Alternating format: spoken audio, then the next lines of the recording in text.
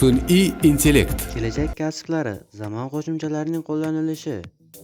Avvalo savol tug'iladi: sun'iy intellekt nima o'zi? Sun'iy intellekt bu kompyuter va dasturlarning inson kabi fikrlashi, o'rganishi va qaror qabul qilish jarayonidir. Bugungi kunda juda ham qiziq va talabgor mavzulardan biri sun'iy intellekt.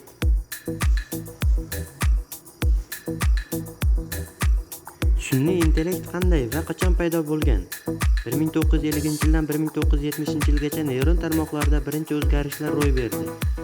O'ylaydigan mashinalar yaratish imkoniyatlari tug'ilishi juda katta shov-shuvlarga sabab bo'ldi.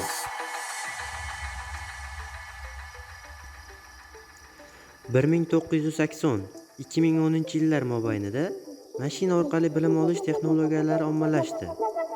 Bugungi kunga kelib esa chuqur bilim egallash sohalarida erishilgan yutuqlar sun'iy intellektning gullab yashnashiga olib kelmoqda.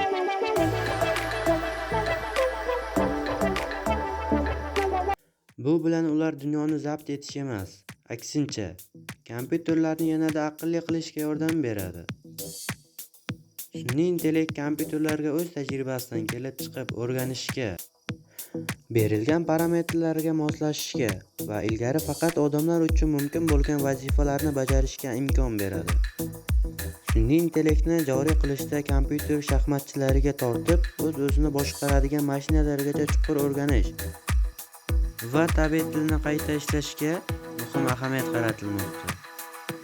Bu texnologiyalar tufayli kompyuterlarga katta hajmdagi ma'lumotlarni qayta ishlash va ulardagi xususiyatlarni aniqlash orqali aniq vazifalarni o'rganish mumkin. Sun'iy intellekt atamasi 1956-yilda paydo bo'lgan bo'lsa-da, ammo sun'iy intellekt texnologiyasi ma'lumotlar hajmini oshirish, algoritmlarni takomillashtirish, hisoblash quvvatini optimallashtirish va ma'lumotlarni saqlash fonida faqatgina bugungi kunga kelib mashhurlikka erishdi. Sun'iy intellekt va robotlar siz kutmagan narsalarni qila olishi mumkin. Shuning uchun ulardan to'g'ri maqsadda foydalanishingizni so'rab qolamiz.